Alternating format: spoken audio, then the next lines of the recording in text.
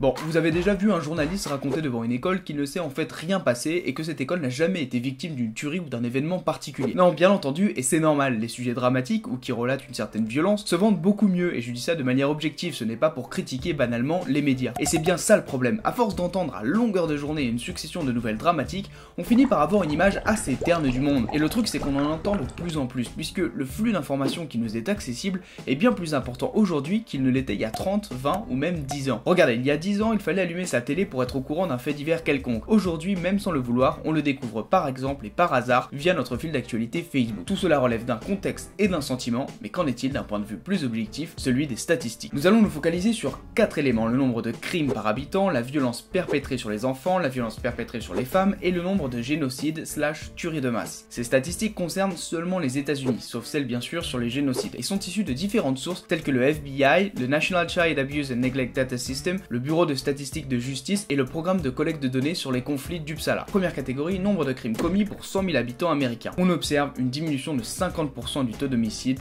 de 1990 à 2015. Deuxième catégorie, concernant les violences commises sur les enfants américains de moins de 18 ans entre 1992 et 2012, divisé en 3 parties. Les violences perpétrées à l'école pour 10 000 élèves, diminution de 66%. Le nombre de violences physiques subies pour 100 000 enfants, diminution de 60%. Le nombre d'abus sexuels pour 100 000 enfants, diminution de 50%. Qu'en est-il des violences faites aux femmes? Alors cette catégorie elle est divisée en 2 parties. Cas de violence conjugale pour 100 000 femmes, diminution d'à peu près 44% de 1993 à 2012. Agression sexuelle et viol pour 100 000 femmes, diminution de 50% pour la même période. Quatrième et dernière catégorie, le nombre de génocides et de tueries de masse représenté par le nombre de morts pour 100 000 personnes. La tendance générale est à la baisse, même si certains pics sont à déplorer, comme par exemple celui lié à la guerre civile du Rwanda en 1994. J'émets bien sûr une petite réserve sur ce dernier graphique car il est difficile d'estimer avec précision les morts liées au génocide, mais la plupart des enquêtes et rapports concordent quand même vers une tendance générale à la baisse. Bien entendu, cette information n'a pas pour objectif de minimiser la violence manifestée dans certains conflits et dans certaines régions du monde, quelle qu'en soit son échelle. Elle permet juste de mettre en exergue une critique de la perception subjective de l'actualité. Les atrocités perpétrées par l'État islamique par exemple ne sont pas inhabituelles d'un point de vue historique, mais le sont d'un point de vue social. C'est la première fois qu'elles sont diffusées sur des réseaux sociaux qui sont accessibles à des milliards de personnes, ce qui peut expliquer l'impression générale d'une augmentation de la violence. En résumé, j'ai pris l'exemple des États-Unis et des génocides, mais de manière générale, une multitude de statistiques montrent que la tendance générale de la violence perpétrée dans le monde est à la baisse. Alors ne pas se laisser abuser par les averses d'informations en tout genre et de faits divers, c'est peut-être un des challenges de notre époque. J'espère que cette vidéo vous a plu, je vous dis à la semaine prochaine et en attendant, faites bien attention aux vrais mensonges et aux fausses vérités.